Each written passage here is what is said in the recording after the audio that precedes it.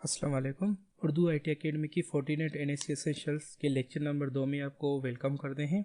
आज का हमारा लेक्चर है इंट्रोडक्शन टू फायरवॉल और आज के इस लेक्चर में हम इन टॉपिक्स को पढ़ेंगे। सबसे पहले हम देखेंगे कि फायरवॉल क्या है, उसका इंट्रोडक्शन देखेंगे, उसकी बेसिक डेफिनेशंस देखेंगे। फिर उसके बाद हम फायरवॉल के कुछ टाइप्स देखेंगे जो कि वेल नोन टाइप्स हैं फायरवॉल के। और उसके बाद हम फोर्टीनेट के NSE एसेंशियल्स प्रोग्राम के बारे में समझेंगे कि वो कौन कौन सी हमें सर्टिफिकेशन ऑफर करता है। फिर फायरवॉल के कुछ जनरल रिव्यूज़ पढ़ेंगे कि जो आपको सबसे पहले परचेजिंग करने से पहले फायरवॉल के फीचर्स देखने चाहिए कि उसमें क्या क्या फीचर्स अवेलेबल होने चाहिए जो कि आपके लिए इंपॉर्टेंट है, आपकी ऑर्गेनाइजेशन के लिए। और लास्ट में हम कुछ बेस्ट फायरवॉल्स भी डिस्कस करेंगे कि कौन सी टॉप 5 बेस्ट फायरवॉल्स हैं। तो इंट्रोडक्शन टू फायरवॉल में हम सबसे पहले कुछ डेफिनेशंस हैं वो देखते हैं कि फायरवॉल हम कहते किसे हैं। In computing a firewall is a network security system that monitors and control incoming and outgoing network traffic based on pre determined security rules. Basically होता क्या है, एक सिक्योरिटी रूल हमें डिफाइन करना पड़ता है जो कि हमारे इंटरनल और एक्सटर्नल ट्रैफिक को मॉनिटर और कंट्रोल करने के लिए। अब firewall typically establish a barrier between a trusted internal network and untrusted external network. तो ये फायरवॉल एज अ बैरियर का काम करती है हमारे ट्रस्टेड जो हमारा इंटरनल नेटवर्क कहलाता है और हमारे अनट्रस्टेड जो हमारा एक्सटर्नल नेटवर्क कहलाता है। तो बेसिकली इसको एक रियल लाइफ एग्जांपल पे हम समझने की कोशिश करते हैं। रियल लाइफ एग्जांपल आप एक मॉल का ले लो। जब भी आपको मॉल में इंटर होना होता है तो उस सबसे पहले आप क्या चीज़ क्रॉस करते हैं? एक बैरियर, एक मेटल डिटेक्टर होता है जिसमें आपको क्रॉस करना पड़ता है। और कभी कभार आपको एक गार्ड या जो भी अवेलेबल सिक्योरिटी पर्सन होता है वो आपको फिजिकली भी चेक करता है। तो बेसिकली इस सब चीज़ों का मकसद क्या होता है आपको चेक करने कि आप कोई ऐसी चीज़ अंदर ना लेके जा सके जो कि प्रोहिबिटेड है या जो कि डेंजरस है इस मॉल के एंट्री के लिए। तो इसी तरह से फायरवॉल भी एज हमारा सिक्योरिटी बैरियर की तरह काम करता है बिटवीन द इंटरनल और external traffic of the company networks. तो firewall can be software, hardware और कॉम्बिनेशन ऑफ बोथ। तो फायरवॉल हमारी सॉफ्टवेयर बेस्ड भी हो सकती है, हार्डवेयर बेस्ड भी हो सकती है या इन दोनों का कॉम्बिनेशन भी हो सकती है। तो सॉफ्टवेयर फायरवॉल्स आपने देखी होंगी, जैसे हम माइक्रोसॉफ्ट का विंडोज़ फायरवॉल वगैरह यूज़ करते हैं तो वो हमारी सॉफ्टवेयर की फायरवॉल की तरह ही काम करती है। अदरवाइज आप एंटीवायरसेस देख लो जो कि जिनमें भी हमारे फायरवॉल के फीचर्स अवेलेबल होते हैं। और कुछ स्पेशलाइज हार्डवेयर्स भी आते हैं जिनमें उनका ऑलरेडी पूरा ऑपरेटिंग सिस्टम वगैरह अवेलेबल होता है। या तो इन दोनों का कॉम्बिनेशन भी आपकी फायरवॉल्स में हो सकता है। और अब आ जाते हैं कि फायरवॉल ISI मॉडल्स के कौन से लेयर्स पे काम करता है। जो जनरल हमारे बेसिक फायरवॉल्स होती नहीं, जो पहले इतनी स्ट्रॉन्ग नहीं थी, वो हमारी सिर्फ और सिर्फ 3 और 4 लेयर तक एबिलिटी रखती थी कि पैकेट्स को डिटेक्ट कर पाएँ, एवेल्यूएट कर पाएँ। अब firewall generally works at layer 3 and 4 of the OSI model. Layer 3 is the network layer where IP works. आप सबको पता है कि हमारे लेयर 3 पे IP स्कीम्स का वर्क फ्लो होता है जो कि प्रोटोकॉल यूज होता है। और layer 4 is the transport layer where TCP and UDP function. TCP and UDP वहाँ के प्रोटोकॉल्स हैं जो कि ट्रांसपोर्ट लेयर पे वर्क करते हैं। तो बेसिकली जनरल फायरवॉल इस लेयर तक डिटेक्ट कर सकती थी हमारी ट्रैफिक को। बट आजकल के दौर में जो आजकल की एडवांस टेक्नोलॉजी है जिसको हम नेक्स्ट जनरेशन फायरवॉल्स भी कहते हैं, तो उनमें ये सलाहियत होती है कि वो लेयर 7 तक, एप्लीकेशन लेयर तक पैकेट्स को डिटेक्ट कर पाएँ। और ये कुछ हमारे टाइप्स ऑफ फायरवॉल्स होते हैं, जैसे पैकेट फिल्टरिंग फायरवॉल्स भी आते हैं, एप्लीकेशन लेवल गेटवेज आते हैं जिनको हम प्रॉक्सी फायरवॉल्स भी कहते हैं, या फिर हमारी नेक्स्ट जनरेशन फायरवॉल्स हो गई, सॉफ्टवेयर फायरवॉल्स हो गई, हार्डवेयर फायरवॉल्स हो गई। ये डिफरेंट टाइप ऑफ फायरवॉल्स है। इसके अलावा भी कुछ टाइप ऑफ फायरवॉल्स होती है पर उनका मेन मकसद, मेन काम जो होता है वो यही होता है कि हमारे इंटरनल नेटवर्क और एक्सटर्नल नेटवर्क के बीच में एक बैरियर बनाना। और प्री डिफाइंड रूल्स होते हैं जो कि उन रूल्स के मुताबिक वो ट्रैफिक का इनफ्लो और आउटफ्लो चेक करता है और उनको ब्लॉक या अलो करता है। ये एक पिक्चर से आपको और आइडिया लग जाएगा। ये बेसिकली हमारे इंटरनल नेटवर्क में हमारे एडमिनिस्ट्रेटर्स बैठे हुए हैं या एक हमारा ऑर्गेनाइजेशन है, और बाहर से इंटरनेट की दुनिया से हमारे पास वॉर्म्स भी आते हैं, ट्रोजन भी आते हैं, वायरसेस भी आते हैं, डेटा आता है या जो हमारी वेबसाइट्स होती हैं। और बीच में एक ये दीवार, तो इस दीवार का बेसिकली काम क्या है, ये फायरवॉल की तरह काम करता है। तो इस दीवार से जो चीज़ हमें अलो करवानी है वो हमारी ट्रस्टेड ट्रैफिक होगा, और जो हमें ब्लॉक करना है जैसे कि हमारे ट्रोजन्स हो गए, वायरस हो गए, वो वहीं ब्लॉक हो जाएंगे। ये कुछ टाइप ऑफ फायरवॉल्स की डेफिनेशंस मैंने यहाँ पे आपकी नॉलेज के लिए रखी हैं।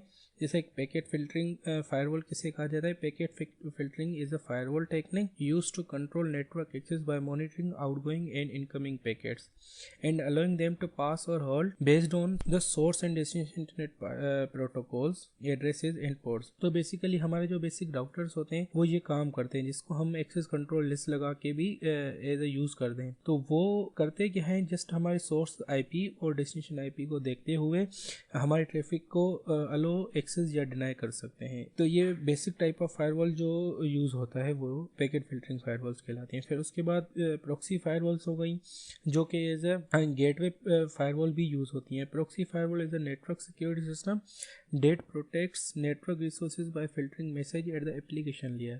A proxy firewall may also be called an application firewall or gateway firewall. तो ये जो proxy firewalls होती हैं उनके different type of name भी use करते हैं हम, जैसे application firewall और gateway firewall। basically application firewall हम इसलिए कहते हैं क्योंकि इस firewall में हमारा जो पैकेट है, जो हमारा ट्रैफिक है, वो एप्लीकेशन लेयर तक डिटेक्ट होता है और उसके बुनियाद पर ही उसको अलो या डिनाई किया जाता है।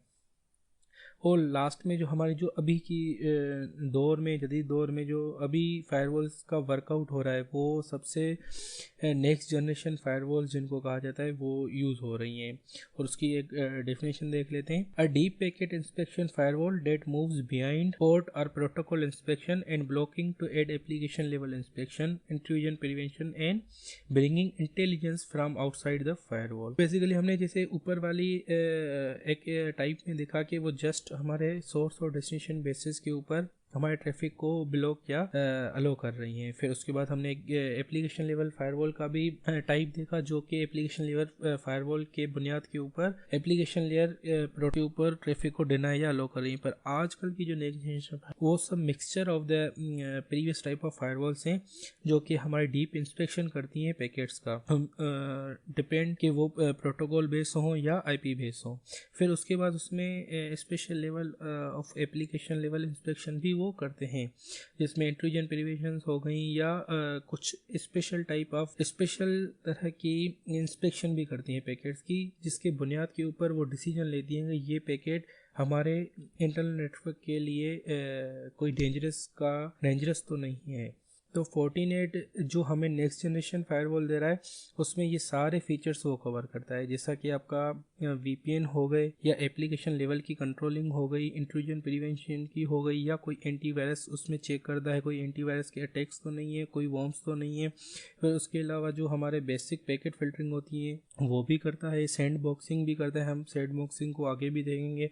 एसएसएल इंस्पेक्शन भी देख करता है, एसएसएल सर्टिफिकेट्स के बारे में आपने देखा होगा, सुना होगा, जो कि हम आगे लेक्चर्स में इनको डिटेल में पढ़ेंगे। तो ये सारे फीचर्स को कवर करने के बाद जो हमें फायरवॉल मिलती है उस फायरवॉल को हम कहते हैं नेक्स्ट जनरेशन फायरवॉल। तो जो हमें फोर्टिनेट जो हमें प्रोडक्ट प्रोवाइड कर रहा है फोर्टिगेट, वो हमारी बेसिकली नेक्स्ट जनरेशन फायरवॉल्स का एक टाइप है। अब आ जाते हैं हम देख के फोर्टिनेट का जो ये एनएससी प्रोग्राम है, नेटवर्क सिक्योरिटी एक्सपर्ट, इसमें हमें कितने लेवल के सर्टिफिकेशन मिलती हैं। तो एनएससी प्रोग्राम में हमारी टोटल 8 लेवल सर्टिफिकेशन है, 8 सर्टिफिकेट, उनके 8 एग्ज़ाम्स हैं। तो सबसे पहला जो हमारा प्रोग्राम है NSE 1 to NSE 3, ये बेसिकली क्विज़ेस के ऊपर डिपेंड करता है और ये प्रोग्राम आपको उनके NSE इंस्टीट्यूट के पोर्टल पे मिल जाएंगे। ये रेफरेंस के लिए मैंने नीचे 2 URL भी दे दी हैं, आप इनको रेफ़र कर सकते हैं। और उसके अलावा जो NSE 4 to 8 हैं वो आप जैसे थर्ड पार्टी वेंडर्स होते हैं पियर्सन VUE के, वहाँ पर जाके आपको देने पड़ते हैं। और NSE 8 के लिए आपको एक रिटन एग्ज़ाम भी देना पड़ता है और एक प्रैक्टिकल एग्ज़ाम भी देना पड़ता है। तो इन दोनों को कवर करने के बाद आपको NSE 8 के लिए सर्टिफिकेट प्रोवाइड होता है। और ये ज़रूरी है कि ये आप जान लो कि NSE सर्टिफिकेशन जो भी होगी वो आपकी 2 इयर्स के लिए वैलिडेट होगी। तो ये मैंने उनकी वेबसाइट से ही लिया है कि कौन से सर्टिफिकेशन में आपको क्या चीज़ मिलती है। तो देख लेते हैं। NSE 1 कोर्स में आपको जस्ट द थ्रेड लैंडस्केप मिलेगा। थ्रेड लैंडस्केप मतलब कि फोर्टिनेट में क्या क्या प्रोडक्ट्स हैं या उनकी बेसिक टाइप के बारे में, फंक्शनलिटी के बारे में आपको डिटेल में थोड़ा बहुत लेसन्स होंगे। फिर उसके बाद NAC2 प्रोग्राम में उनकी इवोल्यूशन साइबर सिक्योरिटी के बारे में जो भी प्रोडक्ट्स होंगी उनके बारे में प्रोवाइड होगा, डिटेल्स होंगी। फिर NAC3 जो है बेसिकली ये सेल्स वालों के लिए होता है, जो सेल्स पर्सन्स होते हैं फोर्टिनेट के, उनके लिए उनको प्रोडक्ट की डिटेल्स बताई जाती हैं कि किस प्रोडक्ट में क्या क्या कस्टमर को वो चीज़ें प्रोवाइड कर सकते हैं, कस्टमर्स की प्रॉब्लम्स को कैसे समझ सकते हैं। फिर जो मेन जो फर्स्ट लेवल की टेक्निकल इनकी सर्टिफिकेशन है वो है NAC4। तो फोर्टीगेट की सिक्योरिटी और फोर्टीगेट इंफ्रास्ट्रक्चर ये दोनों आपकी इसमें कवर हो जाती हैं। तो उसके आगे जितनी भी उसकी फोर्टीनेट की सर्टिफिकेशन आती जाएंगी उनमें उनके कोई ना कोई प्रोडक्ट्स को ही इवेल्यूट किया जाएगा। जैसे NAC5 में आप देखें तो 40 एनालाइजर, 40 मैनेजर, 40 सीम, 40 इंसाइट और 40 EMS के बारे में इनकी 5 प्रोडक्ट को मिला के उन्होंने एक सर्टिफिकेशन बनाई है। और इसी से रिलेटेड आगे जैसे आप 6 में जाएंगे तो उनके अदर प्रोडक्ट्स की कॉम्बिनेशन से आपकी एक सर्टिफिकेशन होगी, जैसे 40 ADC, 40 DDoS, 40 NAC, 40 वेब, इस तरह से आपकी एक न्यू सर्टिफिकेशन 6 में कवर हो जाएंगी। फिर उसके बाद 7 में कुछ और प्रोडक्ट्स होंगी इसी तरह से। इन सब को मिला के जब आप फाइनल 8 में जाएंगे तो आपको दो चीज़ें कवर करनी पड़ेंगी NAC8 के लिए, रिटन एग्ज़ाम, फिर उसके बाद उनका प्रैक्टिकल एग्ज़ाम जो कि फोर्टिनेट आपसे खुद लेगा। और ये इनका रिटन प्रोग्राम जो है आपको VOE सेंटर पे जाके देना पड़ेगा। NAC1 और NAC2 सर्टिफिकेट्स फ्री अवेलेबल हैं, इनके लिए आपको और कुछ भी नहीं करना पड़ेगा। training.fortinet40.com पे जाएं, वहाँ पे लॉगिन करें, अपना अकाउंट बनाएं और इनके कुछ लेक्चर्स अवेलेबल हैं, वीडियोस अवेलेबल हैं जो कि आप पढ़ें और उसके बाद उसकी क्विज की कॉम्पिटिशन्स होंगी जो कि आपको क्लियर करनी होगी। बहुत आसान है। तो आप ये 2 सर्टिफिकेशन जल्द से जल्द निकाल लें और अपना सर्टिफिकेट ले लें।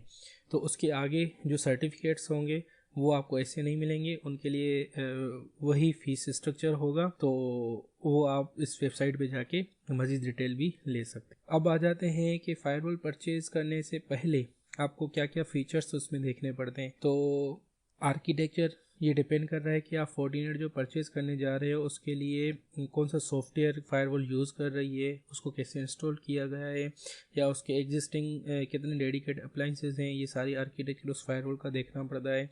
फिर वो कितने सेशंस हैंडल कर सकता है कॉन्करेंट आपकी फायरवॉल, ये सारी चीज़ें डिपेंड करती हैं सबसे पहले आपकी ऑर्गेनाइजेशन के ऊपर कि आपकी ऑर्गेनाइजेशन की रिक्वायरमेंट्स क्या हैं। जब आपको अपनी ऑर्गेनाइजेशन की रिक्वायरमेंट्स पता होंगी तो फिर आप इन चीज़ों को एवेल्यूएट करेंगे। तो उन एवेल्यूएशन में आपको आर्किटेक्चर भी देखना पड़ता है फायरवॉल का, सेशंस भी देखने पड़ते हैं, VPN की रिक्वायरमेंट्स देखनी पड़ती हैं, क्योंकि हर फायरवॉल अनलिमिटेड VPNs की सपोर्ट नहीं देती।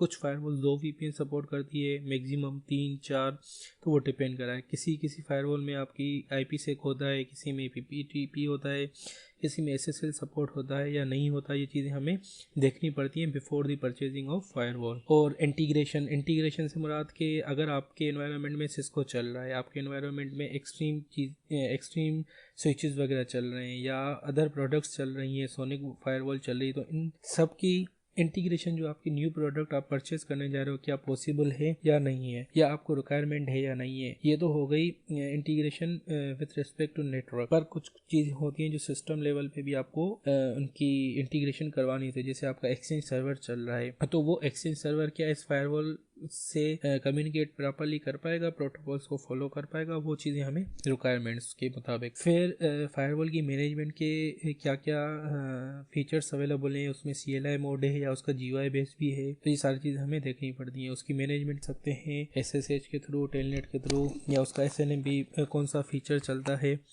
उसकी कोई सेंट्रलाइज मैनेजमेंट है। लेट सपोज एक मैनेजमेंट से कि आपके एनवायरनमेंट में 10 फायरवॉल्स लगी हुई हैं और आप चाहते हो कि मैं इन 10 फायरवॉल्स को एक सेंट्रलाइज मैनेजमेंट लेने चाह रहे हो कि एक फायरवॉल के ऊपर आप कोई चीज़ अपडेट करो तो वो 10 फायरवॉल में ऑटोमेटिक अपडेट हो जाए। तो क्या ऐसे सेंट्रलाइज मैनेजमेंट सॉल्यूशन उस फायरवॉल के में अवेलेबल है, तो ये चीज़ें हमें देखनी पड़ती। और सबसे मेन और important high availability solution, HH solution जिसको भी हम कहते हैं, क्या उस फायरवॉल के फीचर्स में हमें हाई अवेलेबिलिटी का सॉल्यूशन प्रोवाइड किया गया है, फेल ओवर का प्रोवाइडेशन मिला हुआ है, अगर मिला हुआ है तो वो कितना कॉस्टली है या कॉस्ट इफेक्टिव है, वो चीज़ें भी हमें देखनी पड़ती हैं। इन सारी चीज़ों को देखने के बाद ही आप डिसाइड कर सकते हो कि आपके लिए वो फायरवॉल बेस्ड है या नहीं है। अब जो मेन चीज़ है फायरवॉल को डिसाइड करना, तो फायरवॉल को डिसाइड करना जैसे मैंने पहले ही बताया कि वो डिपेंड कर रहा है आपकी नीड और रिक्वायरमेंट के मुताबिक।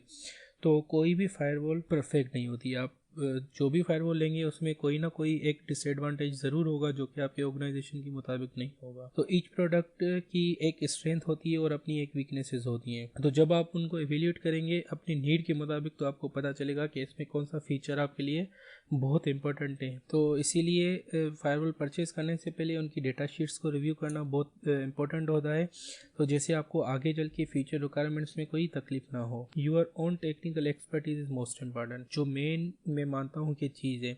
देखें जैसा कि मैं अगर एक्सपर्ट हूँ फोर्टिनेट का और मैं ऐसी ऑर्गेनाइजेशन में काम करने जा रहा हूँ जहाँ पे फोर्टिनेट का एनवायरनमेंट नहीं है और वहाँ पे पालो अल्टो चल रहा है, तो क्या मैं वहाँ पे इजीली फ्रेंडली वर्कआउट कर पाऊँगा? जी नहीं। तो मुझे थोड़ा टाइम लगेगा उस एनवायरनमेंट को, उस प्रोडक्ट को इवेल्यूएट करने में। ये ज़रूरी नहीं कि आप फोर्टिनेट्स ही यूज़ करते हैं तो आपको पालो अल्टो नहीं आएगी, नहीं, ऐसा बिल्कुल नहीं है। पालो अल्टो भी आप यूज़ केस कर सकते हो क्योंकि इन सब की टेक्नोलॉजी तो बेसिकली एक ही होती है, बस फ़र्क होता है तो कुछ उनकी प्रोटोकॉल्स का और उनके यूजेज का। तो वो अगर आपको मेन नॉलेज है तो आप हर फायरवॉल यूज़ कर सकते हैं। तो सबसे पहले जब भी कोई ऑर्गेनाइजेशन कोई चीज़ परचेज करने जाती है तो उसके आईटी पर्सन की टेक्निकलिटीज़ को देखती है। और अब आ जाते हैं जो हमारी कुछ बेस्ट फायरवॉल्स जो आजकल यूज़ हो रही हैं, उनमें फोर्टीगेट और पालो अल्टो इस वक्त सबसे आगे जा रही हैं। बाकी सिस्को ए से हो गया चेक, ये है फोर्टीनेट, और पालो अल्टो, सिस्को ए से, चेक पॉइंट और सोनिक वार, ये सारी टाइप ऑफ फायरवॉल्स हैं जो कि इस वक्त बेस्ट चल रही है मार्केट में। फोर्टिनेट बहुत पॉपुलरली पाकिस्तान को कवर कर रहा है और पालो अल्टो अभी रिसेंटली पाकिस्तान में इन हुआ है, पर फ्यूचर बहुत आगे जाएगा पालो अल्टो का भी। तो फोर्टिनेट और पालो अल्टो आपको ज़रूर समझनी और सीखनी चाहिए। तो इससे पहले पालो अल्टो के ऊपर काशिफ भाई ने खुद एक सीरीज़ रिकॉर्ड की है, तो आप उसको भी फॉलो करें। फिर ये फोर्टिनेट की हम अभी पढ़ रहे हैं, तो इंशाल्लाह ये सब पढ़ने के बाद आपको फायरवॉल्स के बारे में बहुत अच्छी नॉलेज हो जाएगी। Thank you. और इस लेक्चर के आप हमें फॉलो कर सकते हैं उर्दू IT के फेसबुक पेज पे। कोई आपका सवाल हो, बहुत शुक्रिया। मिलते हैं अपने नेक्स्ट लेक्चर में, तब तक के लिए हाफिज़।